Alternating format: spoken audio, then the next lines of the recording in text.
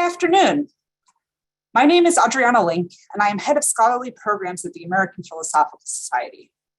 Welcome to the second day of the APS hybrid conference, Meanings of Independence. I'm glad that so many of you have joined us today.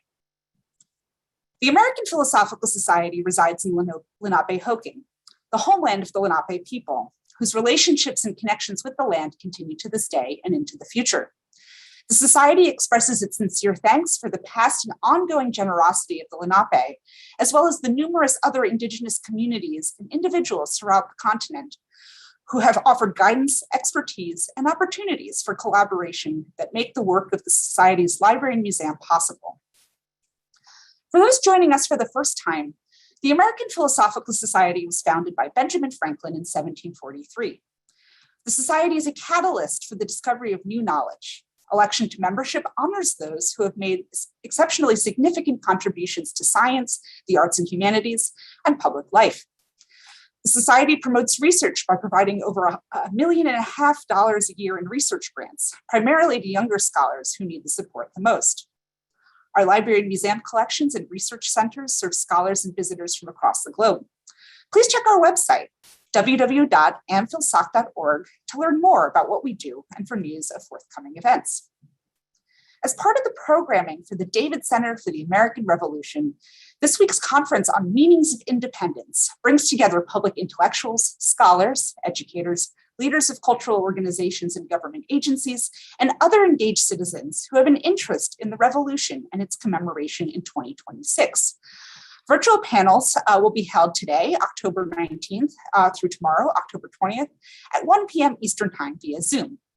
These panels will be followed on Thursday, October 21st, by a project showcase for the Revolutionary City, a portal to the nation's founding, as well as an opening keynote conversation featuring Scott Stevenson, Anthea Harding, and Christy Coleman.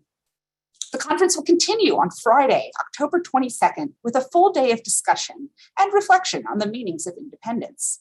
A full schedule is available on the conference website, and all sessions will be live streamed and accessible via the APS's website and Facebook page. And we'll put a link in the chat to the full schedule. We're using Zoom webinar today, so not to worry, you have all been muted. If you have a question for our speakers, please use the Q&A button at the bottom center of your navigation bar. You can type your question in at any time during the discussion, so please, as soon as you think of it, go ahead and put it in there. There'll be time at the end of the panel for questions with our speakers.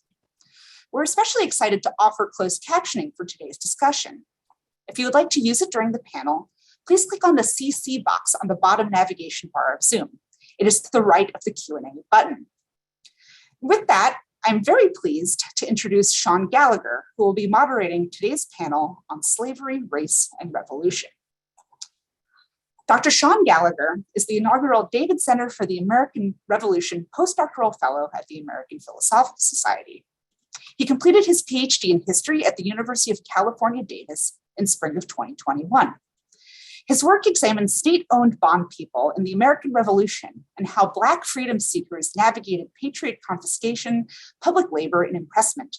Sean has published his research in the Journal of Southern History and Slavery and Abolition, and is currently revising his dissertation manuscript into a book.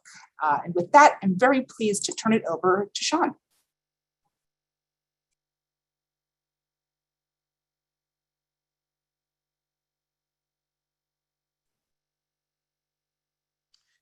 Hi, thank you for that introduction, Adriana, and thank you to the panelists for submitting these fantastic papers about slavery, the Black experience, and the American Revolution. So presenting first will be Holly Brewer. Holly Brewer is the Burr Professor of American History and Associate Professor at the University of Maryland. She's a specialist in early American history and the early British Empire, as well as early modern debates about justice. She's the author of By Birth or Consent, Children, Law, and the Anglo-American Revolution and Authority, which trace the origin and impact of democratical ideas across the empire by examining debates about who could consent in theory and legal practice. She is currently finishing a book that examines the origins of American slavery in larger political and ideological debates, tentatively titled Slavery and Sovereignty in Early America and the British Empire. She's also principal investigator for a documentary editing project supported by the NHPRC called Slavery, Law, and Power. The project provides access to important but often obscure documents that put the emergence of slavery in early America into an imperial context, particularly that of the British Empire, and help us consider what that means for the American Revolution. Next, we'll hear from Ben Remillard, who is a PhD candidate at the University of New Hampshire. His in-progress dissertation is entitled Race, Relief, and Relationships After the Revolution, and it examines the Revolutionary War's veterans of color and their impact on the Northeast. And then lastly, we'll hear from Sherri Burr. Sherri Burr is the author of over 24 books. Her 27th book, Complicated Lives, Free Blacks in Virginia, 1619 to 1865, came out on Carolina Academic Press in 2019 and was nominated for the Pulitzer Prize in History. A graduate of Mount Holyoke College, Princeton University, and Yale Law School, in 1994, Burr became the first African-American woman to be awarded tenure and promotion to full professor at the University of New Mexico. She retired in 2017 to become a full-time author. She currently serves as president of New Mexico Press Women and is on the board of directors of the Authors Guild Foundation and the Albuquerque Museum. In 2021, she was named the National Federation of Press Women Communicator of Achievement and received the Mount Holyoke College Alumni Association Achievement Award. And so with that, I will turn it over to Holly Brewer, and she will kick off our panel.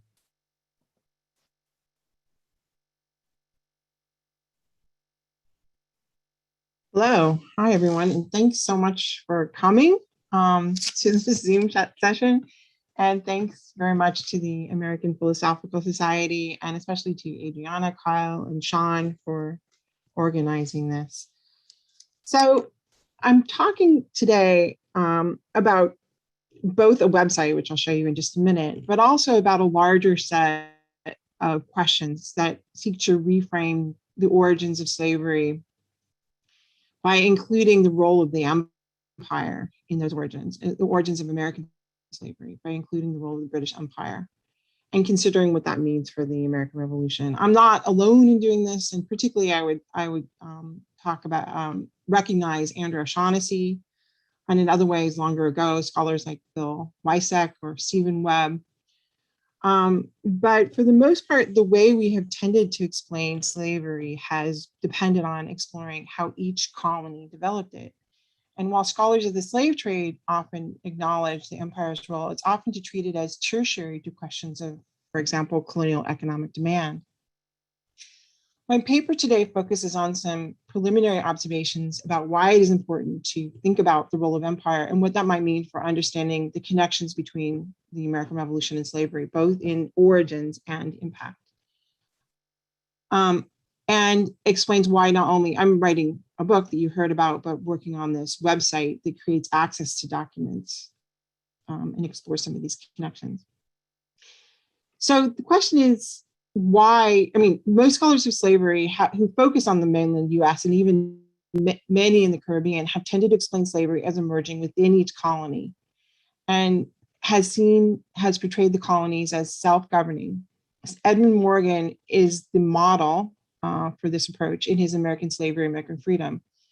In this context, explaining what happened with slavery during and after the revolution becomes a question that assumes on some level that it was easy to start from scratch. In other words, it was easy to get rid of slavery. It was easy as it had been to,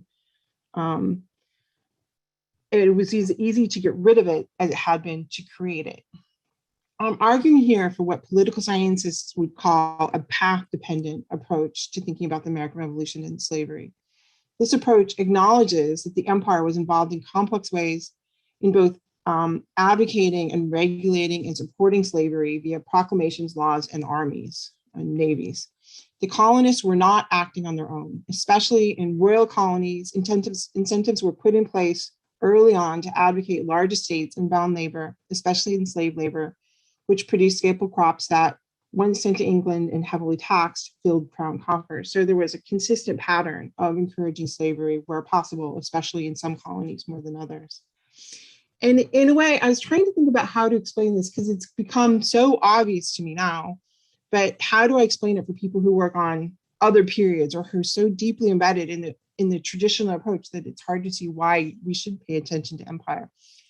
And to me, it's a bit like trying to explain Arkansas school desegregation in the 1950s without paying any attention to the Supreme Court decision, Brown versus the Board of Education, without really examining Eisenhower or his decision to send federal troops, or even acknowledging there were federal troops involved, without thinking about the longer role and place that the US government had played in perpetuating Jim Crow laws, or in challenging them at different points. So basically, I'm arguing that we need to put that empire back in, and that it was played more of a role similar, much more similar to the later federal government than we really have understood. So I started down this path more than 20 years ago when I wrote an article that was published in the William & Mary Quarterly on entail, which was enforced primogeniture in Virginia. And what fascinated me was that enslaved people could be attached to estates by the law of 1705 that had created entail, and those estates then could descend via primogeniture, and that those laws were dismantled at the time of the Revolution. And it was really interesting thinking about the role of empire at all these levels, but also about how much it mattered that these laws had to be consciously undone. In other words, you couldn't just start again from the revolution. Did not make the world anew, but was also you had to actually consciously get rid of those things. And then the second thing that really pushed me down this was when I was writing a book that looked like it was going to be just about Virginia, realizing increasingly the role of the empire at every stage, and particularly the role of the empire in creating what I started to call a common law of slavery. And everywhere I looked, there was more and more evidence. In other words, English courts were playing some of the same role that the US Supreme Court plays now in litigating cases about people's property that had impacts across the empire and huge impacts on the financial system. So the other really important point I want to make is that slavery was not merely one legal part, but it was part of a complex of legal parts, regulations, incentives, many of them deeply institutionally and legally embedded across the empire. So what I really want to do, we don't have a lot of time, but is to show you this website that I've created that starts to explore. So I'm going to share my screen. That starts to explore many of the documents that I think we should be examining or be paying more attention to that help to explore all these larger questions, and making them available so other scholars can easily use them. Because part of what I realize is we haven't been asking these questions, but when we started to ask them, they're really hard to answer because the documents we need to use to analyze things are buried in archives. Even something so famous and important as the Barbados Slave Code, the original version of it, has not, people share their photographs from the archives. That's how we've been using it. So I've been working with a bunch of terrific graduate students, and hopefully this will be something that a lot of people will start to contribute to, and we'll start to have a much better collection of documents, is to put these documents on the line, to create introductions, to create transcriptions. And this Barbados Slave Code is really important because it shows many of the constituent parts of what slavery became, and also talks about how it was created, which wasn't, in fact, the assembly didn't play that important a role. It was coming out of a council and a royally appointed governor. Anyway, but so here you can see the original text, and you can see then the transcription. It's a 16-page law. And that's just one of many documents on this site. They're organized by chapters that starts to explore some of these larger questions. And the other thing I want to show you is from a map that I created with help from my great graduate students, Matt Fisher, who's now just graduated actually, but of the British Empire in the Americas. So we talk always, or mostly if you look on the United States, about the mainland 13 colonies that rebelled, But in fact, of course, there was many more colonies, even on the mainland, and there was quite a lot of others in the Caribbean by my count, and I lay it out here. There were 40 colonies in the Americas, only 13 of which rebelled. And so in terms of thinking about slavery, we should be thinking not just about many ways in which slavery was legally encoded and connected to empire, but in understanding, asking questions of whether the revolution was fought in favor of slavery or to defend slavery, or whether the revolution was in many ways anti-slavery. It actually helps to know, I think, that slavery was legal in all of those 40 colonies, and it was only among the 13 that rebelled, and indeed only in 7 of those colonies that in the 20 years after the revolution set up plans for gradual abolition of slavery or abolish it outright, in some ways by court decision in Massachusetts and New Hampshire. But seeing this larger perspective and realizing that in many of these Caribbean colonies, some 80% of the population was enslaved, and they were very vulnerable. Those power structures that enabled those plantation colonies were upheld by the British Empire, I think is really important in thinking through what's happening in the mainland.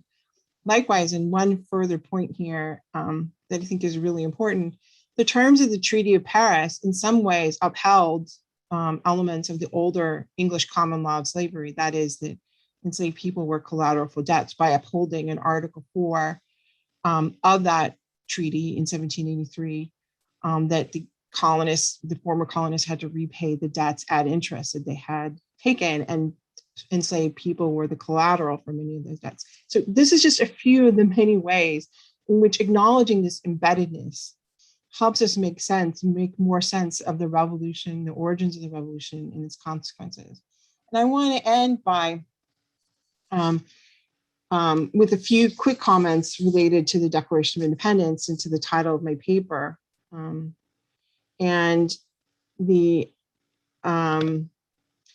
So, sorry, just gonna do one quick thing here. Sorry, I'll just do this and it won't matter. So the Declaration of Independence, which talked about all men are created equal, and this is the first draft, also had originally some clauses that condemned slavery that were taken out on the insistence of, it's pretty clear to me, looking at it in detail, the insistence of the South Carolinians, which was the only colony among those that rebelled that had a majority of the population enslaved. And these clauses very fiercely condemned slavery and made it clear that men, and here the word is all in caps and italicized, and here referring to Africans, were included in the principles of that revolution. But on June 29th of 1776, a mere day after it was presented to the delegates, Edmund Rutledge of South Carolina wrote to John Jay, the plan now proposed should be adopted. If it should be adopted, nothing less than ruin to some colonies will be the consequences of it. He continued, I read those leveling principles with which men without character and without fortune in general possess, which are so captivating to the lower class of mankind, and which will occasion such a fluctuation of property as to introduce the greatest disorder. Why I read this and focus on this episode is I think we should be paying attention to this rich, deep context. So as you make changes, what does the politics look like? How do the ideas fit into how people take decisions? How do the laws fit into how the ability to or not abolish, introduce gradual abolition in a state like Virginia, where it was introduced by a plan was introduced by St. George Tucker in 1786. How do changes in the ability to bring court cases enable enslaved Africans to bring those court cases? Anyway, I'm going to close by saying there's shifting your perspective, looking at this whole question from a slightly different angle, actually opens up a vast world of different kinds of sources we can examine to answer these broader questions, and I think offer a broader and more accurate view of what the revolution meant in terms of slavery and its connection to slavery and larger connections between slavery and freedom.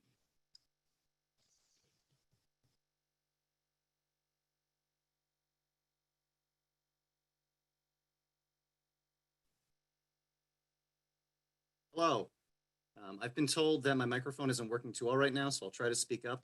That being said, thank you to everyone who read my paper and to you all for being here and obviously for having me here. I'd like to start with the customary, this is the early stage of a much larger project spiel, that larger project being my dissertation. So that being said, I of course welcome any suggestions as we go through because much of what you read will end up getting stretched into a couple different chapters of that dissertation. With this paper, though, I really wanted to examine and showcase what exactly the revolution's soldiers and patriots of color did after the war. How had the war for independence impacted them in the long term? This is where a lot of us run into that dreaded archival challenge, where there's just not a lot of records tracing what these men were doing with the rest of their lives. I think this is where some historians, speaking broadly, usually end their studies. Sometimes this is due to the source base, where often poor, often illiterate, and often marginalized within an increasingly segregating nation, veterans of color left few records behind. Sometimes if the focus is on indigenous communities and soldiers, you might get an abbreviated story of being pushed to the margins, either onto or off reservations in the East that are chipped away at due to ever-hungry white land speculators, or they're pushed west. For Black soldiers, it's usually a story of returning from war, starting families, moving to new rural communities and opportunities away from former enslavers, or moving to growing Black communities in cities along the coasts where those men are acting as sources of inspiration for the next generation. They're acting as this visible reminder of the revolution, both its realized promises in terms of freeing enslaved soldiers, but also the length the nation still had to go to end racial discrimination and slavery writ large. Sometimes historians will harken back to the early works of 19th century writers like William Cooper Nell, focusing on better known individual veterans or patriots like Boston's Prince Hall, or like Philadelphia's James Forten, or like Connecticut's Lemuel Haynes. And in so doing, historians often showcase these exemplars, usually from the upper tier of Black veterans in particular, ones who were lifelong public-facing activists. This focus, and again, I'm speaking in really general terms here, overlooks the vast majority of veterans of color, especially those who were poor, who were illiterate, and who themselves left little to no records behind. But if you read my paper, you know that I think there's a lot there that's been missed, and that's the experiences of those indigenous, Black, and multiracial veterans and patriots, which I believe need to be put into conversation with each other. And I want to be clear that there's obviously some major differences when we're talking about the challenges that these different populations faced both during the revolution and in the other republic. What I've begun to tease out in the paper that I submitted for this conference, though, is that despite those differences, there's also a wealth of similarities that necessitate us looking at these men, regardless of race, under this umbrella of them all being veterans and patriots of color, this generational cohorts of patriots of color, if you will. Now, to steal a bit from my conclusion, for those who survived the horrors of war, they returned home with a lifetime of opportunities ahead of them. For those dissatisfied with the post-war status quo, they petitioned for their financial rights as military veterans. They moved to seize opportunities for themselves and their families where they were most available, either in the form of work or community. They united to form new social and political organizations, and they even climbed political ladders. Petitions are some of the most important documents I've been looking into because they really stretch from before the war to during it and to after it. This includes some of what I referenced in the paper in regards to enslaved men petitioning for their freedom, like future soldiers like Felix Holbrook and others in Boston in the early 1770s, Prince Whipple and 19 other enslaved Portsmouth, New Hampshire men during the war, and a group of enslaved Connecticut men in 1788, some of whom were likely veterans given what they mentioned in their petition. As far as we can tell, though, most men who enlisted into the armed forces in the Northeast in order to earn their freedom usually did emerge from the War for Independence as free men. Perhaps more common were the post-war petitions for both formerly enslaved and free men to receive the back pay that was still owed to them. And here's where we see more examples of these veterans and patriots, regardless of race, using similar methods to achieve the same ends. Some, like New York's Joe Ripley, hired agents or their former officers in the hope of receiving their back pay. Others, like the group of Black and multiracial veterans from Rhode Island I highlight, hired lawyers to help bring their case to the War Department's account office. And it's examples like theirs that I think are especially important, where you see groups of these veterans of color coming together and advocating not just for themselves, but for each other and their families as well. Another good example of this being the Veterans Treaty signed by the Oneida in the 1790s, where you had not only money dispersed for lost property during the war, but additional material supplies and funds for things like a new sawmill, infrastructure that would benefit the whole community.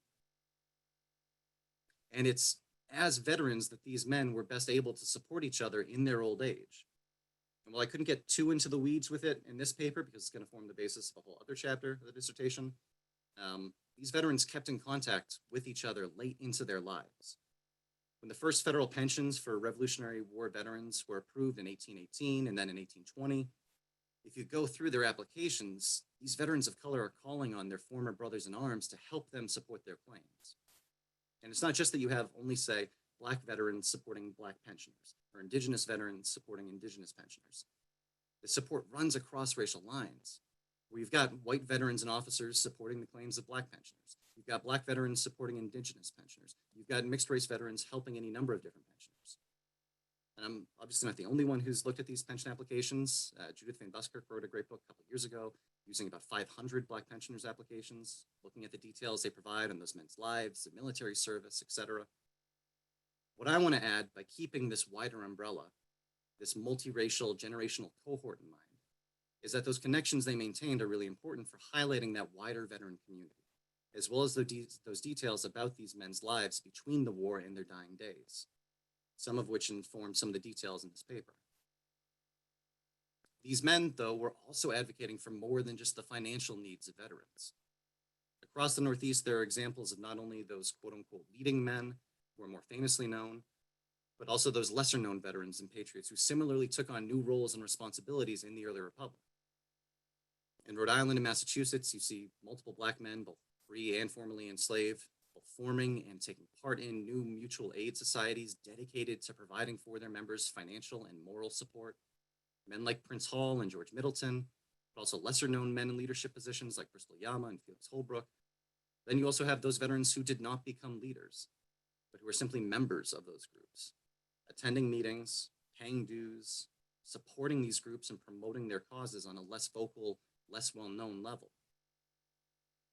Similarly, you have Indigenous men across the Northeast, either rising to fill positions of importance like Captain Hendrik Appelmuth in the Stockbridge community, or as was the case I highlighted among the Narragansett, you see former veterans like John Harry, Perry, and Gideon Nokek rising up through the ranks to fill spots on the yearly elected tribal council, where they submitted petitions to the Rhode Island General Assembly and found ways to help support their community's poorest members, some of whom could be their fellow council members. And I go into some details in the paper in terms of some of the challenges these veterans continue to face, like Hamet Ahmed and Cuff Roberts' difficulties attaining permanent residency in places like Providence, or for some of the Indigenous men at the heart of this study, their efforts fending off white land speculators, not to mention the economic straits these men found themselves in as elderly men, regardless of race, especially for those who suffered from debilitating wounds they received during the war.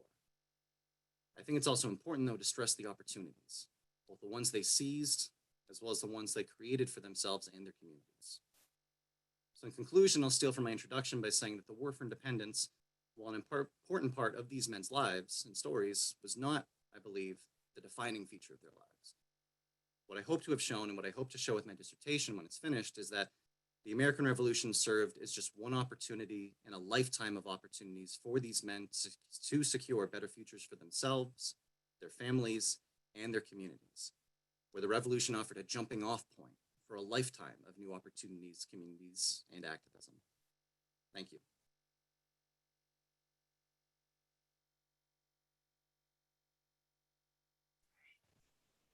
Hello, everyone. This is Sherri Burr. I want to share my screen because I've created a PowerPoint presentation. connected to the paper that I presented, and that's on the website. So here we go. Oops, sorry, wrong document. That would happen, wouldn't it? Let's see, here we go. Okay, so the title of my talk is Meanings of Independence for People of African Descent. Oh my goodness, I brought up 3. So maybe I won't share my, okay, so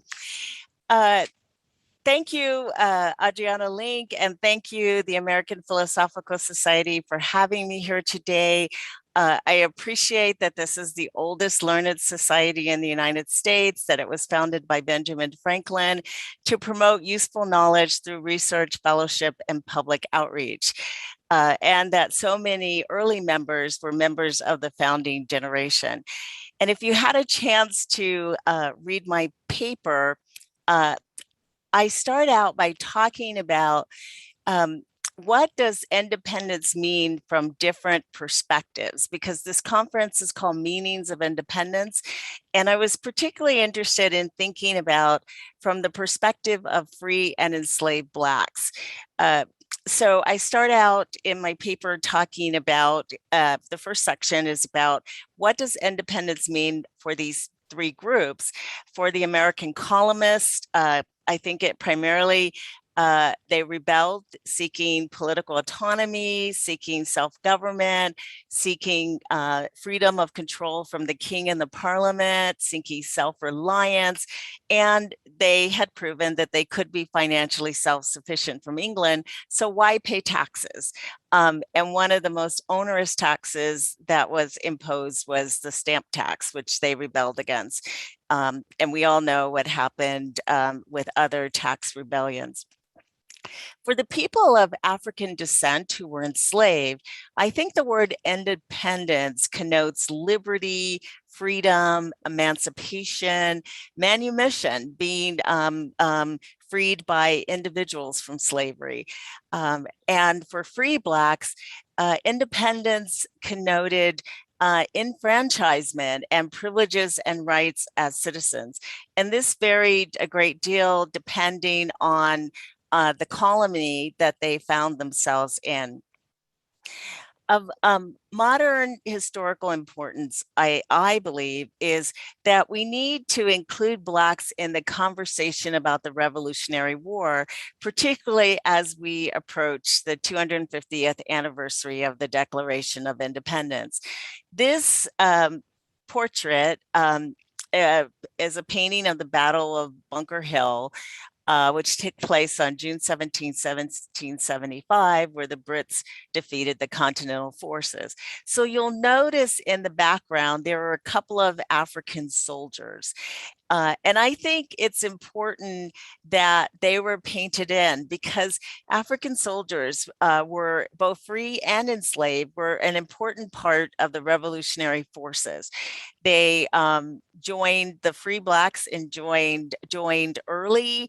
Many of them joined in significant numbers in the upper region of the colonies. And enslaved Blacks were often promised their freedom if they would join the revolutionary cause. Sometimes they were promised their freedom by a colony, and then other times they were promised their freedom by their enslaver. So the enslaver was responsible for himself participating in the cause. And so rather he would send a replacement, one of his slaves, and he would say to the slave, if you participate, I will grant you your freedom. And this happened a lot in the South. And unfortunately, not all of the enslavers lived up to that promise. The Boston Massacre on March 5th, 1770 is interesting because it claimed the life of Crispus Attucks, who was the first person to die in the revolutionary cause. Here's an image of him, and then there's also this painting showing the British forces shooting Crispus Attucks. When I was growing up in Phoenix, Arizona, most of the books that we read about history did not mention the contributions of African Americans to the revolutionary cause. Rarely, they might mention Crispus Attucks, but nothing at the level in which Blacks participated in the cause. Free Blacks joined in numbers disproportionate to their presence in the original colonies. They remained disproportionately in service longer. In some instances, they fought side by side with their white counterparts. In other instances, the units were segregated. Massachusetts included free Blacks in the list of eligible draftees, and Rhode Island not only sent more free Blacks to the cause than Pennsylvania, for example. They raised 2 battalions of slaves and promised them their freedom. So it was interesting, just the level of free Blacks who joined. Now, one of the things that makes it hard to trace Black participation in the Revolutionary War is that in some instances, the word Negro or Black was put next to the person's name, but in other instances, it was not. So we don't know.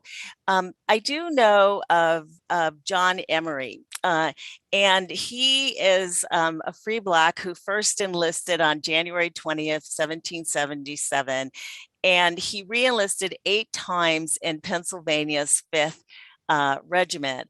And one of the things that's interesting, these 9 records were put together by a cousin, Luella Burr Mitchell Allen, who brought them to the Aaron Burr Association in several decades ago when she was trying to show the connection between John Emery's daughter who married John Pierre Burr, who Luella was first presenting this evidence that John Pierre Burr had been the son of Aaron Burr, and that John Emery was John Pierre Burr's father-in-law. And in these records, they all spell John Emery's name differently, but someone was able to put it together. And when I found his will, it became clear when he signed his final last will and testament, he signed his last name, E-M-E-R-Y. That was the correct spelling. So I end up concluding that the reason why there are so many different spellings is that the person who was taking down the information was doing so phonetically. The one slide that I put together, and this comes from Ira Boleyn's book, Slaves Without Masters, is the proportions of Blacks who were free. I think it's interesting to take a look. So in 1755, there was some census done in Maryland and Virginia that showed 4% of the Black population in Maryland was free and 3.5% in Virginia. And when the first census was taken in 1790, after the conclusion of the Revolutionary War, 7.9% of all the Blacks in the United States were free, and that increased to 13.5% by 1810. But one of the things you'll notice is that 40.2% of the Blacks in the North were free as of 1790, and by 1810 it was 74%.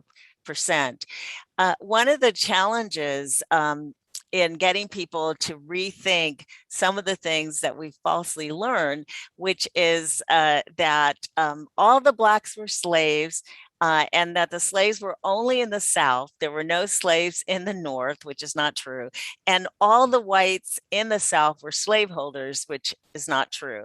It was only about 25% of the whites in the South who were slaveholders. And those who owned over 1,000 slaves in their lifetime, like Thomas Jefferson, were at the upper echelon of the wealth curve because slaves are very expensive. And Jefferson actually ended up double mortgaging his slaves in order to get resources for Monticello. They were that valuable. So in the South, though, you notice in this slide that by 1810, 8.5% of the slaves were free.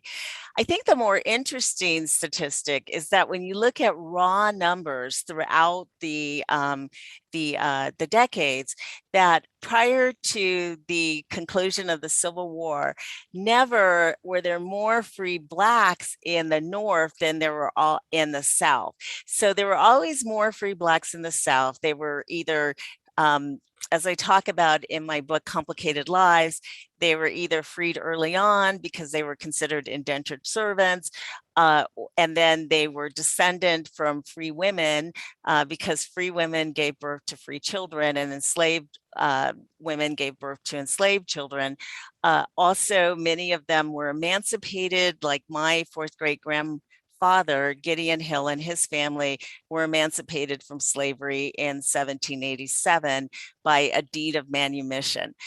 So there were a variety of ways by which people gained their freedom. Some of them purchased their freedom by saving their money on their day off. Usually slaves had Sunday off, and a lot of times they would hire out and then save their money, and they were able to purchase their way out of slavery.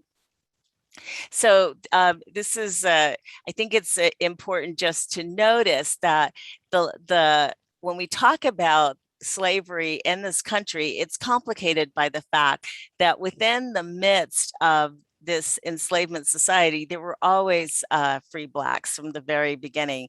And I think that's important to note.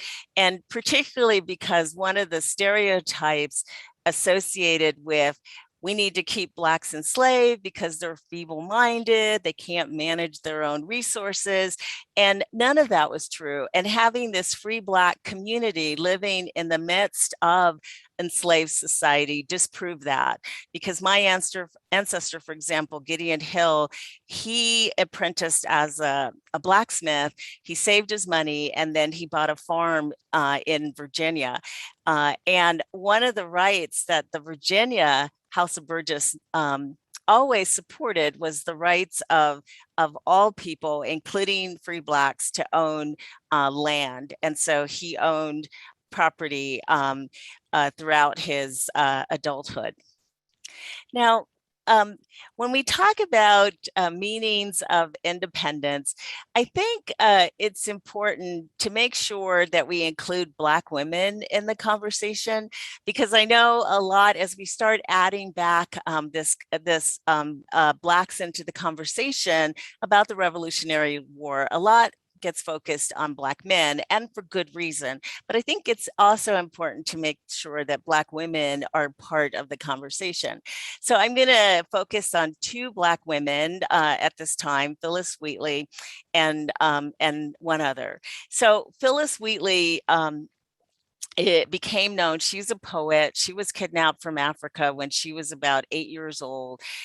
She was sold in Boston, and the Wheatleys bought her. I mean, she was basically naked on the deck. They covered her, and she became a companion for Mr. Wheatley's wife. And they noticed how smart she was, and their child started teaching Phillis Wheatley how to read and write. And she became an accomplished poet. And in fact, when we look back at this revolutionary period, she's one of the most accomplished poets to come out of this time period. So she wrote this poem for George Washington. And after receiving it, he invited her to visit him at his revolutionary camp headquarters. And this is thought to be his only communication with an enslaved woman. So what's interesting too is to watch or to read and think about the evolution of Phillis Wheatley's poems. So she wrote this one to George Washington, where she ends it with a crown, a mansion, and a throne that shine, with gold and unfading Washington be thine. So this was a celebration of him as the leader of the Continental Forces. Prior to that, she had written a poem about coming from her pagan land. And when you read that poem, you feel a sense that she has been almost brainwashed into thinking that she was rescued from pagan Africa. And then over time, she writes this poem to the Right Honorable William Earl of Dartmouth, and this is an excerpt where she talks about what happened to her being kidnapped from her native land differently. She writes, I, young in life, by seeming cruel fate, was snatched from Africa's fancied happy seat, with pains excruciating must molest, what sorrows labor in my parents' breast. Steeled was that soul, and by misery moved, that from a father seized his babe beloved. Such my case. And I think it's interesting that as she grows to maturity, she realizes that her being kidnapped would have caused great sorrow for her parents, that she was snatched. And so it's interesting, the evolution of her thinking. And I think part of it was infused by the Revolutionary War. If white colonists could fight for their freedom, assisted by free Blacks and enslaved Blacks, why can't Blacks also be completely free? And I will conclude by talking about another woman, Black woman, Mumbat, also known as Elizabeth Freeman. In September, the Aaron Burr Association had a meeting in Stockbridge. And one of the things that we did was we went to the gravesite of Elizabeth Freeman. So it's like, for me, it was like taking a pilgrimage to the gravesite of a Black woman who was so important in for freedom, cause of freedom, because she ended up suing for her freedom following the conclusion of the war. And at her gravesite, there's this note that says, thank you. And I thought that was just so wonderful that someone had taken the time to note that Mumbat had had an important part in leading to the freedom of Blacks in Massachusetts. So she was, what happened was in 1781, so the Revolutionary War is winding down after the Battle of Yorktown, and she was injured by the wife of Colonel John Ashley in Sheffield, Massachusetts, and where she had been enslaved. So after she was injured, she walked to the home of a local attorney named Theodore Sedgwood, who was known to harbor anti-slavery views, and he agreed to take her case. He filed a writ of replevin, which is a writ for return of property, calling for the release of Mumbat and another male slave in the household named Brom, as being wrongfully held as property. And he brought in Tapping Reeve to help argue the case. Reeve is important in legal history because he founded the first law school in the United States. He was the brother-in-law of Aaron Burr, and Aaron Burr was one of his first students. And Tapping Reeve later became a Connecticut Supreme Court justice. So their case together, they came out with two arguments. One, that slavery was never legally established in Massachusetts. And this is an argument that would be appropriate in most jurisdictions. And when I did my research on Virginia, I realized that it was a convoluted legal approach to slavery. Never, ever did the Virginia House of Burgess ever come out and say that all Blacks are slaves. It was a very convoluted approach. And their second argument was that even if it had legally been established, Massachusetts had legally established slavery, the new 1780 Massachusetts Constitution proclaimed that all men are born free and equal. And it's the second argument that was suggested by Mumbat. And this is the argument that the jury found for her. They found that to be the most persuasive.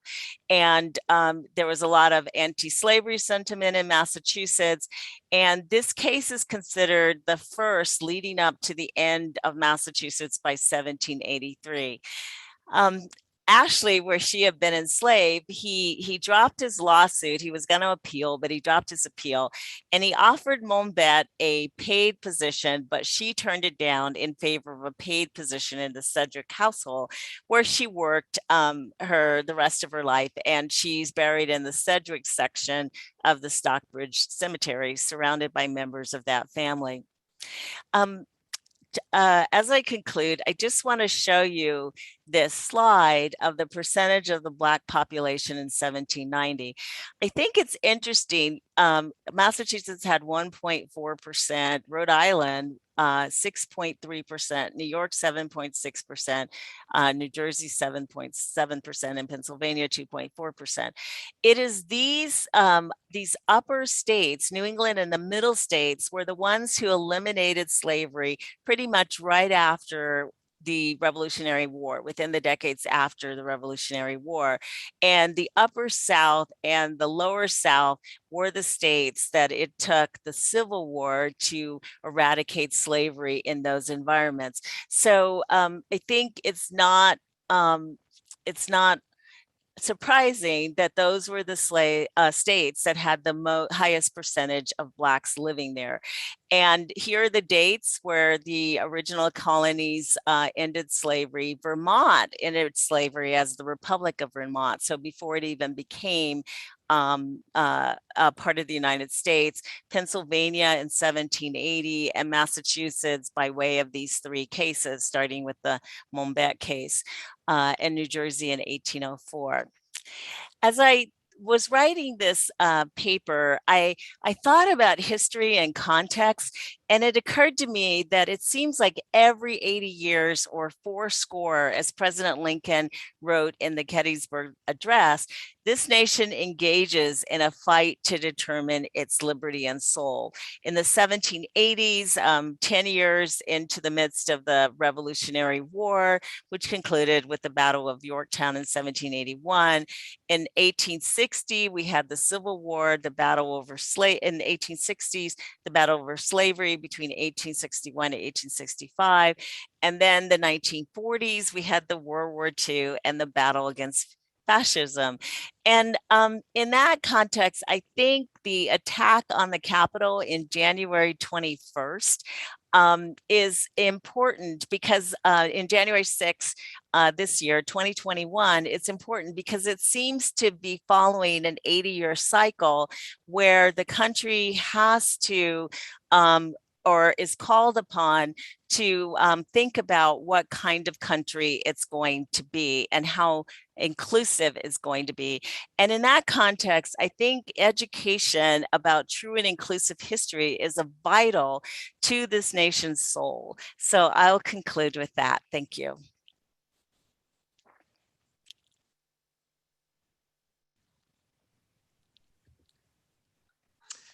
Excellent.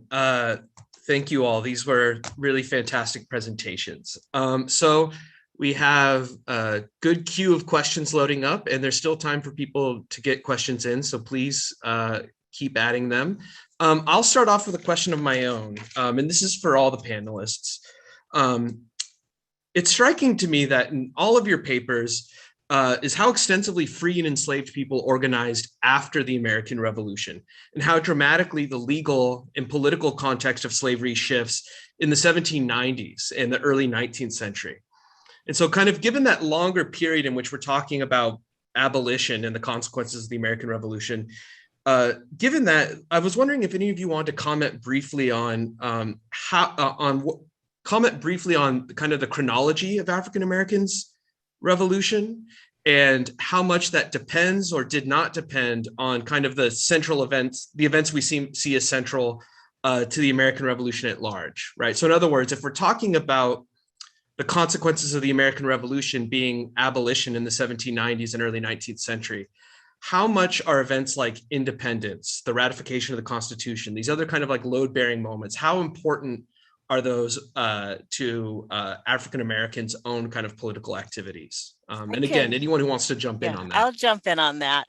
I think it's very important. I think it's important not only did the revolution start people like Phyllis Wheatley and Mombet thinking we're entitled to our freedom too, but it also started many of the white colonists thinking, how can we continue to enslave Blacks when we ourselves have just fought for our independence? And I think that there is a line connecting the fact that George Washington commanded these troops, these mixed race troops, to the fact that he became the only president who was an enslaver who arranged for the freedom of all his slaves. So I think it's both that the revolution had an impact on thinking among free Blacks that free Blacks are entitled to more participation in the political process because they fought alongside their white colleagues. And I think it had an impact on enslaved Blacks thinking, why shouldn't we have our freedom too? And on many columnists thinking, this is wrong. We just obtained our freedom from Great Britain.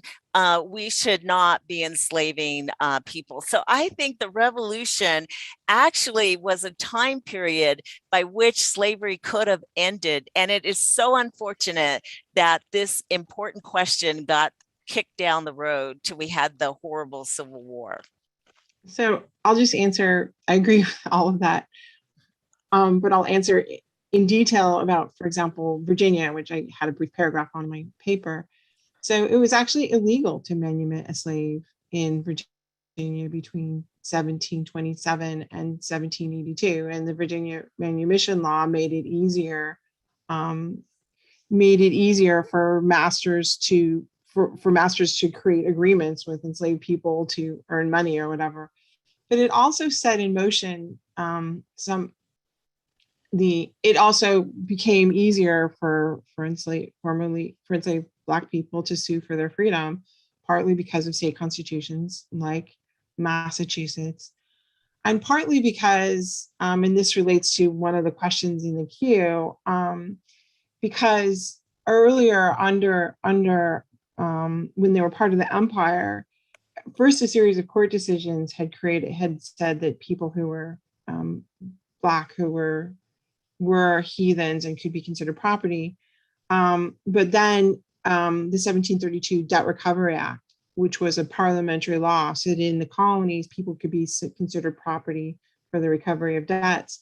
And so once you have the British Empire not explicitly part of the equation, it opened up a possibility. So as you see in the Mombet case in Massachusetts, for people to say there is no law here, right? And the Constitution goes against it. And so in many ways, a crucial part of the legal structure of slavery had been filled by empire. But it's complicated, as I've talked about. Yeah. Well, and I like that you mentioned that freeing slaves was illegal in part of Virginia's history. I mean, it goes up and down. And then from 1782 to roughly 1804, 1805, there was this period in which people could free slaves. And then they cut back on that by saying if you free slaves, they have to leave Virginia within a year and a day. So I think the revolution actually impacted that because they wouldn't have changed the law again to allow free Blacks to be freed if not for the fact that Virginia had just participated in the Revolutionary War. Yeah. And Benjamin, did you want to get in? Oh, sorry, Holly, didn't mean to cut you off. Okay. No worries. Yeah, sure. Just to add to that, because on the one hand, yes, I think absolutely what's going on at the national level, the federal level, the international level, that's all incredibly important. Especially the veterans and communities I'm looking at, they're absolutely supporting things like the banning of the international slave trade in 1808, and that's something they're celebrating in the years to follow. It's federal acts like the federal pensions in 1818, 1820 that are benefiting them directly. But I think it's also, at least from my perspective, the things that they're doing at the local and community levels that are really important. It's like Newport's African Union Society, that's getting founded in the American War in 1780. When Providence creates their African Union Society with less than a decade later, they're modeling it directly after the Newport example, and Boston's coming after them. And so I think like these foundational moments are obviously very important, and we wouldn't have seen some of the advancements that we saw without them. I think it's equally important, you know, what these people are doing at the individual level and community level, state level. It's also really important there too. But just quickly, I wanted to say it's also not only about revolution, but also about reaction, and reaction that's embedded in things like debts owed to British merchants are that our mortgages have enslaved people as the mortgage collateral. And so, and then episodes like Gabriel's Rebellion in Virginia, where Gabriel and enslaved Black men tried to lead a rebellion, end up leading to reaction. There's, I think it's Charles Pettigrew in a debate in the Virginia legislature in 1802, who says, "It's a pity, but slavery and tyranny must go together." You know, so then Virginia starts reintroducing some of the harsher laws. So it's replaying that political context. It reshapes options often. The laws reshape options for Black people who are enslaved. Thank you. Excellent.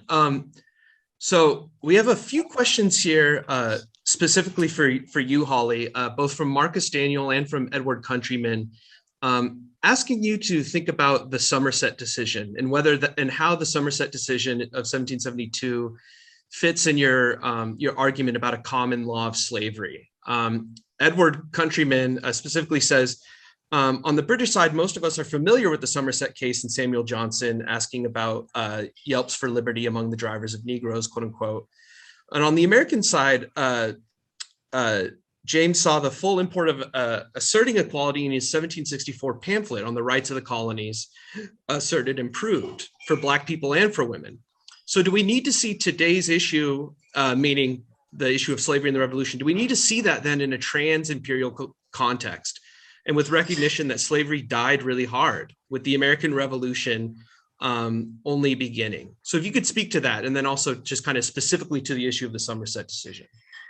Sure. Somerset is, first of all, I think it emerges within the debates over consent and slavery that are already flourishing by 1772. But,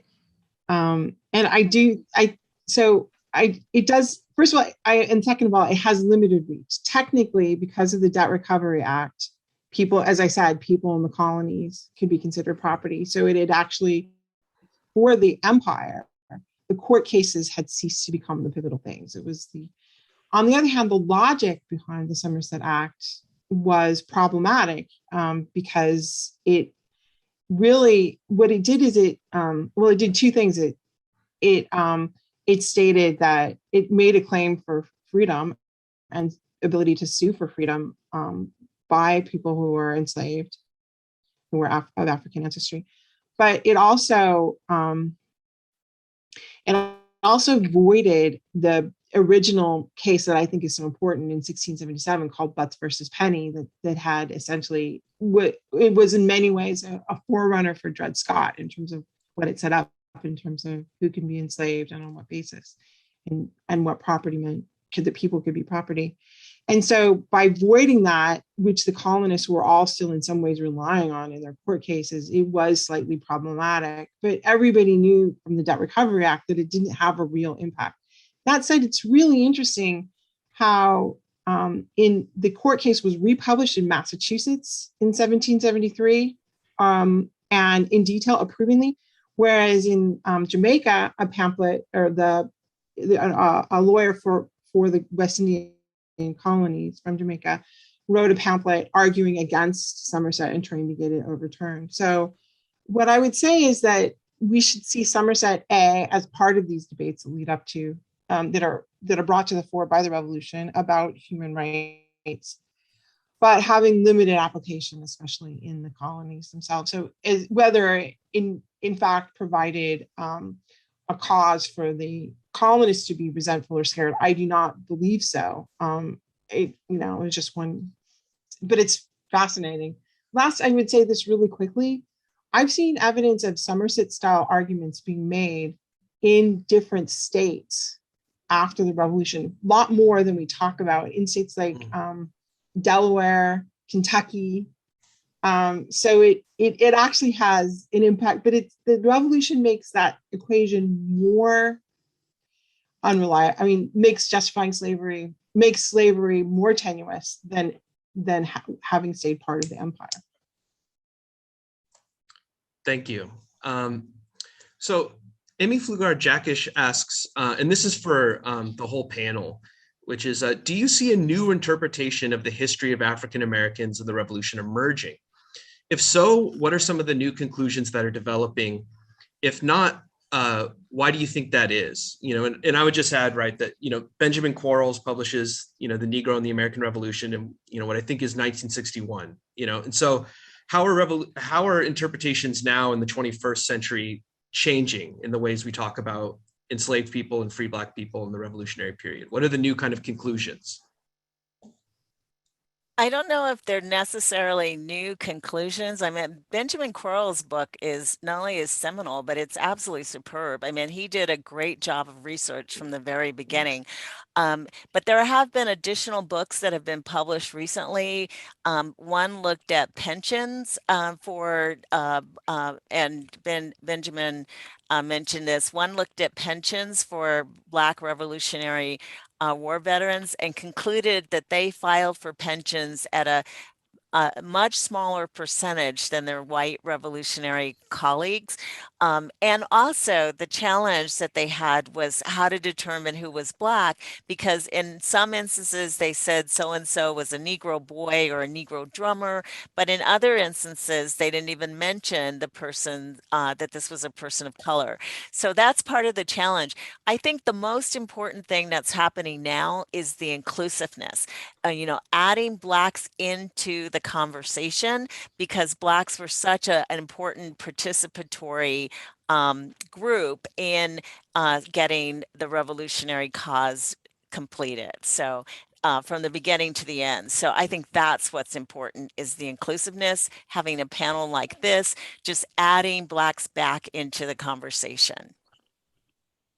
Adding to that, I think inclusiveness and visibility. I think one example gets brought up in books from time to time is during the Missouri crisis, you had in Congress legislators saying that they'd never heard of Black men serving in the Continental Army.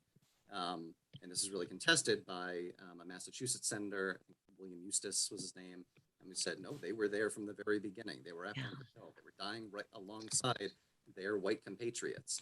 And you've got, one of the things I want to do in the later stages of my dissertation is looking at how, these stories, especially at the family level, get carried down by Black and Indigenous families. And you see them throughout the 19th and 20th century. These people don't forget the sacrifices that their family members made for the revolution. But the problem is, because of that whitewashing early on in American history, just that lack of visibility there. And it's taken us the last couple of decades of making that history more visible. Excellent, thank you. So we have a few questions in from Donald Johnson and others asking about where do the Black loyalists fit in this story? In other words, how does including the Black loyalists as American revolutionaries kind of complicate or contribute to our understandings of slavery and the American Revolution? Do you want me to start? Or does Benjamin or Holly want to start? I have a thought about that. There you go. Oh, okay. So one of the things I think is important, from the perspective of an enslaved person, if you've got two sides offering your freedom, if you fight for them, and there were people who thought, well, that's terrible, that enslaved Blacks join with the loyalists to fight on behalf of Britain. But when you think about the fact that they were enslaved and the Brits were offering their freedom, why wouldn't they join? And the Brits, they parked a ship off the coast of near Mount Vernon, and several of George Washington's slaves ran, I think it was the HMS Pinafore, ran to the ship. He was able to recapture some of them at the conclusion of the war, but I don't know that it necessarily complicates the situation, but it does show that just like there were white loyalists who fought on behalf of Britain and spied on behalf of Britain, that there were some Blacks who potentially benefited by getting their freedom by joining the British cause. So, and Benjamin or Holly, do you want to add to that? There are people who are taking these opportunities where they're most available.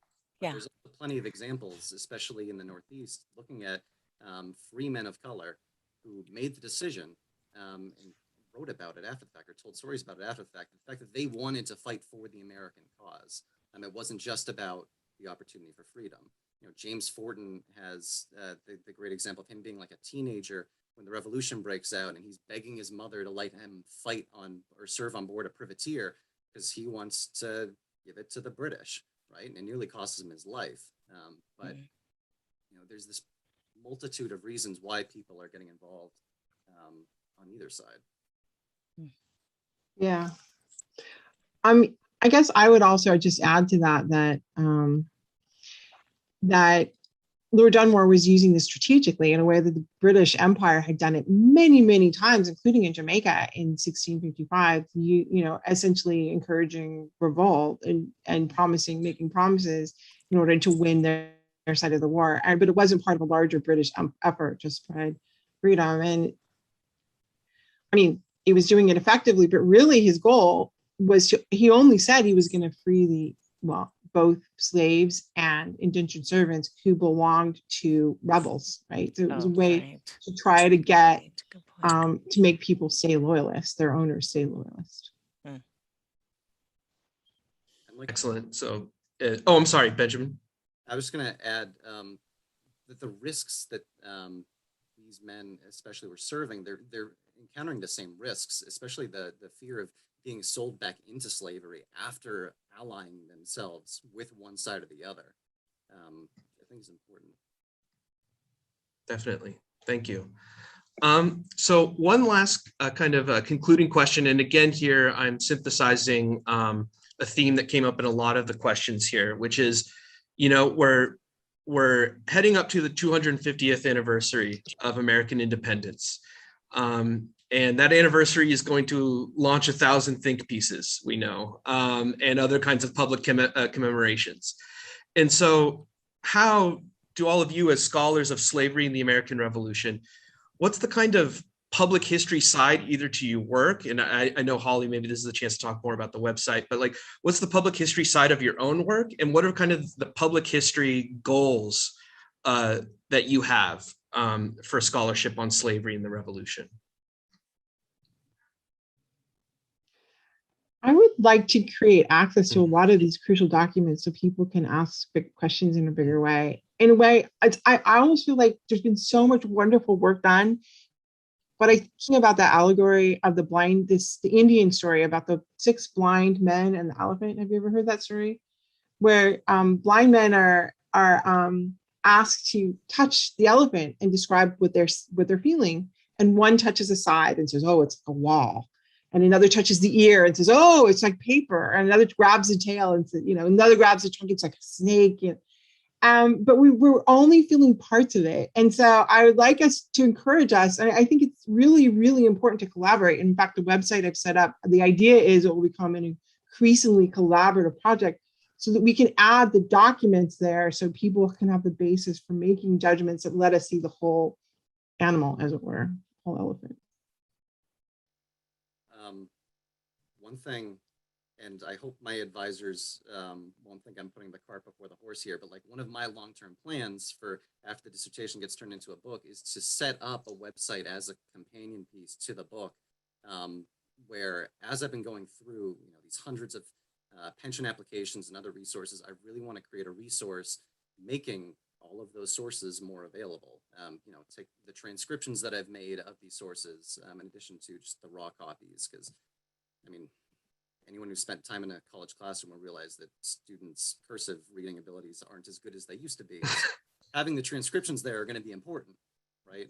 Just having like free resources on top of the more academic side of things. That's what I'm into. Then I would just add that I'm working on another book called Call to Stand Up.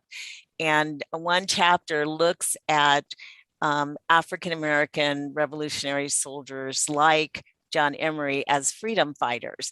And I think that that's an important part of the conversation. I just think it's so vital to add back the idea that, as Benjamin just said, that African Americans were part of the revolutionary cause from the beginning, sacrificing their lives, sacrificing their time and their energy. And John Emery, for example, was at Valley Forge with Washington, so starving as well. And so I just think that that's an important part of the conversation that we need to make sure happens. And that's my goal. Excellent. Thank you all. Great. Thank you all so much. This was a terrific conversation, and I wish we could keep going, but unfortunately we're at time.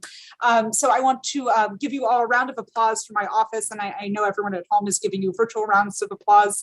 I hope you'll all come back tomorrow for our final virtual discussion on contesting power and authority in the age of revolutions, and that'll take place at 1 p.m. Eastern Time via Zoom.